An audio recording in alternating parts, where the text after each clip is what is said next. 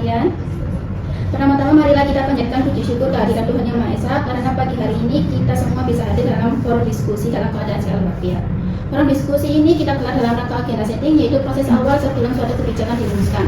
Kita akan membahas beberapa isu yang sedang berkembang di masyarakat, yaitu yang pertama, isu tentang bocornya tanggul laut Muara Baru di Jakarta, kedua permasalahan sampah di Bantar Gebang, ketiga krisis air bersih di Gunung Kidul, dan keempat isu tingginya angka putus sekolah di Jawa Barat. Mari kita bahas satu persatu secara singkat terlebih dahulu.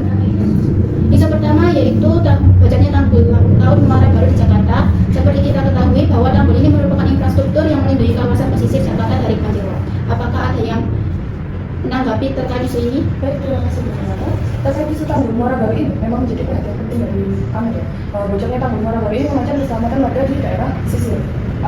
Namun, kami perlu menyampaikan bahwa ini merupakan proyek berskala nasional yang juga melibatkan pemerintah pusat, sehingga penanganannya tidak bisa dilakukan oleh Pemprov sendiri. Kami sudah berkoordinasi dengan pemerintah pusat, namun prosesnya membutuhkan waktu. Baik, kita simpan dulu hasil diskusi yang ini. Untuk isu kedua yaitu permasalahan sampah di Bantar Gebang, di mana tempat ini merupakan tempat pengolahan sampah terpadu yang menampung sampah dari Jakarta. Namun kapasitasnya sudah sangat melebihi batas. Ada yang ingin memberi tanggapan mengenai isu ini? Izinkan saya bicara. Karena ini menyangkut langsung kehidupan kami sehari-hari.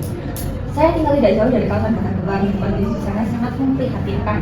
Bau yang sangat menyengat, air sumur kami sudah tidak bisa digunakan karena hanya juga tercemar oleh lindi dan tempat pembuangan sampah. Anak-anak kami sering sakit, ada yang mengalami gangguan pernapasan, kulit gatal-gatal. Dan ini bukan lagi sekedar masalah lingkungan, ini sudah masalah kesehatan dan manusia. Saya memahami kekhawatiran dari masyarakat. Data dari dinas kami juga menunjukkan hal yang sama. Volume sampah yang masuk ke Bantar Gebang setiap harinya mencapai lebih dari 7.000 ton per hari. Sementara kapasitas ideal Bantar Gebang sudah jauh terlampaui. Gunung sampah di sana tingginya sudah mencapai lebih dari 40 meter. Ini setara gunung bertingkat. Ini bukan lagi kondisi yang normal. Kami juga tidak bisa menutup kemungkinan dari kondisi permasalahan Bantar Gebang ini sebenarnya juga sudah cukup lama, dan juga kami menyadari bahwa solusinya tidak sesederhana dalam penerapannya.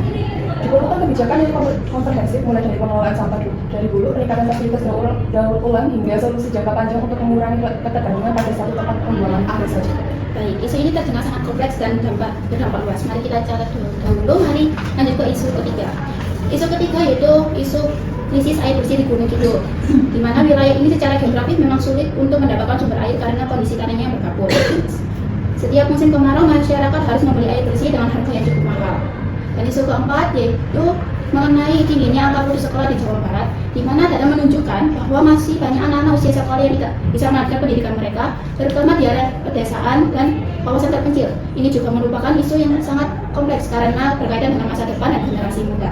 Ada yang ingin menanggapi terkait isu ini? Untuk isu Gunung Kidul dan juga angka tingginya angka putus sekolah di Jawa Barat ini memang sangat penting, tapi secara untuk kekuasaan tidak berada di bawah tanggung jawab pemerintah DKI Jakarta. Jadi kita perlu menolak isu mana yang benar-benar menjadi wewenang kita dalam menindaklanjuti lebih dalam dari bawah. Baik, itu rekan-rekan sekalian, kita sudah membahas keempat isu secara singkat. Sekarang misalnya kita menentukan isu mana yang paling mendesak dan untuk segera masuk ke dalam agenda kebijakan ini.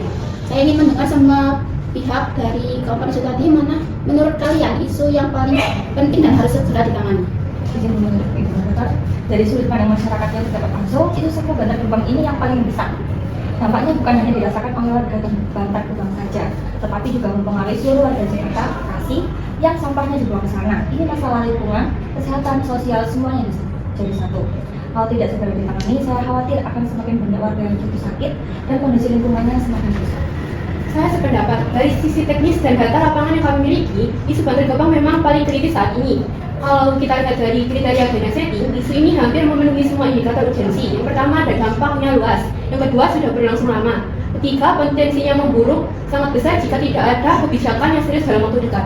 Dari sisi pemerintah teknis, saya juga melihat bahwa isu Bantar Gebang ini yang paling relevan dengan kewenangan kami yang paling mendesak untuk segera adanya kebijakan yang konkret. Tanggul Muara Baru memang penting, tapi itu melibatkan koordinasi yang lebih panjang dengan pemerintah pusat. Namun, sementara Bantar Gebang ini tanggung jawab langsung dari Pemprov DKI Jakarta, dan sudah saatnya adanya langkah kebijakan.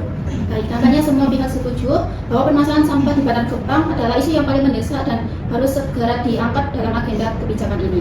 Saya akan tetapkan bahwa isu yang akan dibahas lebih mendalam hari ini adalah permasalahan sampah di Bantar Gebang. Sekarang kita akan masuk ke diskusi yang lebih mendalam mengenai isu Bantar Gebang. Ada beberapa hal yang perlu kita kupas bersama, yaitu apa akar permasalahannya, siapa saja pihak yang paling berdampak, dan kebijakan seperti apa yang kira-kira perlu dirumuskan. Saya persilakan rekan-rekan dari masyarakat untuk menceritakan kondisi di lapangan. Terima kasih Bu Dapat.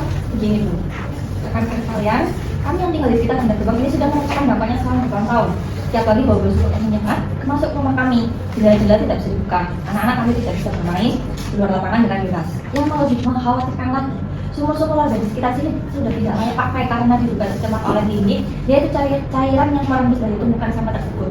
Kami harus beli air di setiap hari yang biayanya lumayan besar untuk ekonomi kami.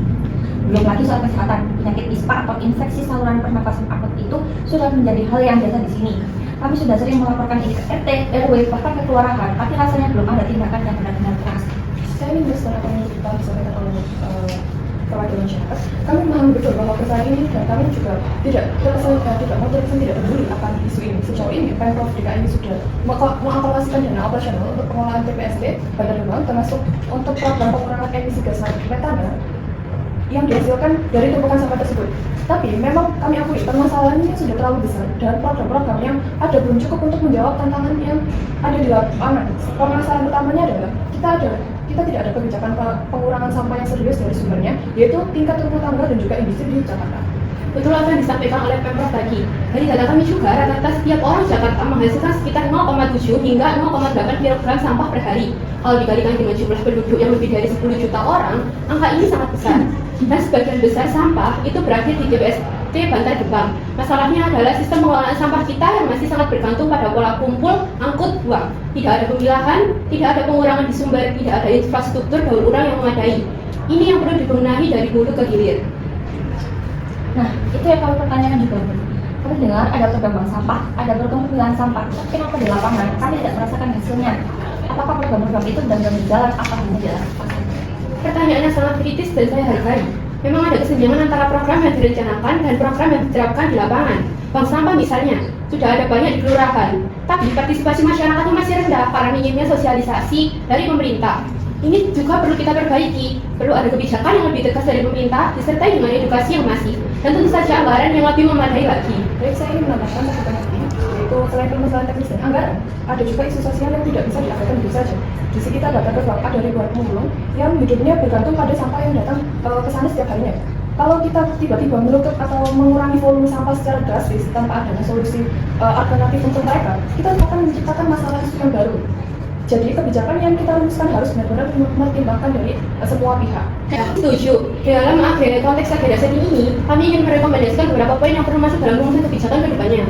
Yang pertama ada percepatan pembangunan fasilitas Intermediate Treatment Facility atau ITF untuk mengolah sampah sebelum akhirnya dibuang ke TPA. Yang kedua ada penguatan regulasi pemilahan sampah di tingkat rumah tangga yang disertai dengan sanksi yang tegas. Yang ketiga ada pemberdayaan komunitas pemulung agar mereka bisa masuk ke sistem ekonomi daur ulang yang lebih formal. Dan yang terakhir ada review mendalam tentang perjanjian kerjasama antara DKI Jakarta dan Kota Bekasi terkait pengelolaan sampah Bantar Gebang yang sering kali menjadi konflik. Saya mendukung usulan-usulan dari rekomendasi tersebut. Dan saya ingin menambahkan adanya perlunya komitmen politik yang kuat dari para pemimpin daerah untuk benar-benar memprioritaskan isu ini. Selama ini masalah sampah sering dianggap sebagai isu kelas 2 dan kalah dengan prioritas dibandingkan perkembangan infrastruktur atau isu ekonomi. Padahal dampaknya terhadap kesehatan masyarakat dan lingkungan itu sangatlah besar. Terima kasih atas masukan-masukan yang sangat berharga dari semua pihak. Dari diskusi ini kita sudah mendapatkan gambaran yang cukup jelas tentang kompleksitas permasalahan sampah di Bantar Gebang dan poin-poin yang perlu masuk ke agenda kebijakan. Sebelum kita tutup, izinkan saya menyampaikan diskusi kita hari ini. Dari keempat isu, semua pihak sepakat bahwa permasalahan sampah di Bantar Gebang adalah isu yang paling mendesak dan harus segera masuk ke dalam agenda kebijakan. Baik, saya tutup forum diskusi kali ini. Terima kasih kepada seluruh pihak yang telah hadir dan berkontribusi. Semoga apa yang telah kita diskusikan dapat menjadi langkah nyata menuju kebijakan yang lebih baik untuk masyarakat. Wassalamualaikum warahmatullahi wabarakatuh. Waalaikumsalam warahmatullahi wabarakatuh.